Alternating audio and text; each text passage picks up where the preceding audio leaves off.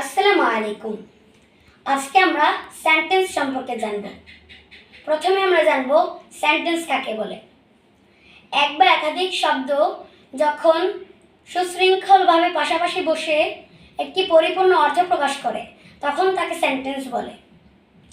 Sentence অর্থের উপর ভিত্তি করে 5 প্রকার, যথা 1. Assertive sentence, 2. Interrogative sentence, 3. Optative sentence, 4. Imperative sentence, 5. Exclamatory sentence.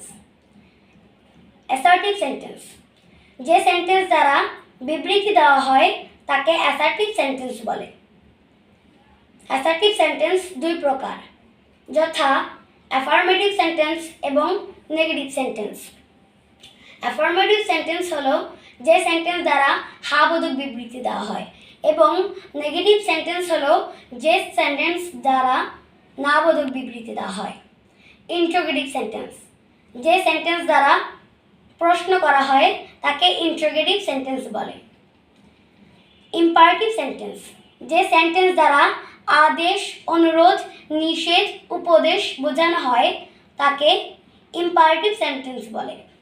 Optative sentence, যে সেন্টেন্স দ্বারা প্রার্থনা, আশীর্বাদ, ইচ্ছা প্রকাশ করে তাকে অপটেটিভ সেন্টেন্স বলে।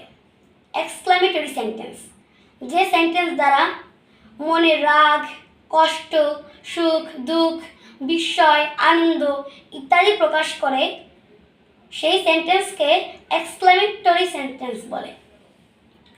গঠনের উপর নির্ভর করে সেন্টেন্সকে 3 ভাগে ভাগ করা যায়, যথা সিম্পল সেন্টেন্স, কম্পাউন্ড সেন্টেন্স এবং কমপ্লেক্স সেন্টেন্স। যে সেন্টেন্সে একটি ফিনিট ভার্ব এবং একটি সাবজেক্ট থাকে তাকে সিম্পল সেন্টেন্স বলে।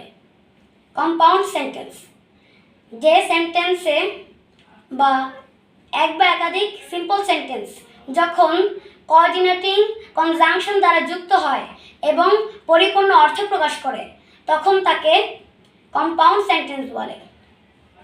কমপ্লেক্স সেন্টেন্স, যেই সেন্টেন্সে একটি ডিপেন্ডেন্ট ক্লজ এবং একটি ইন্ডিপেন্ডেন্ট ক্লজ থাকে তাকে কমপ্লেক্স সেন্টেন্স বলে।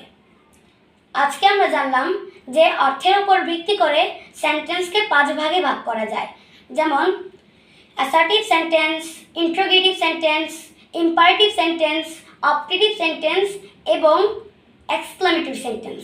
এবং গঠনের উপর ভিত্তি করে সেন্টেন্সকে 3 ভাগে ভাগ করা যায়, যথা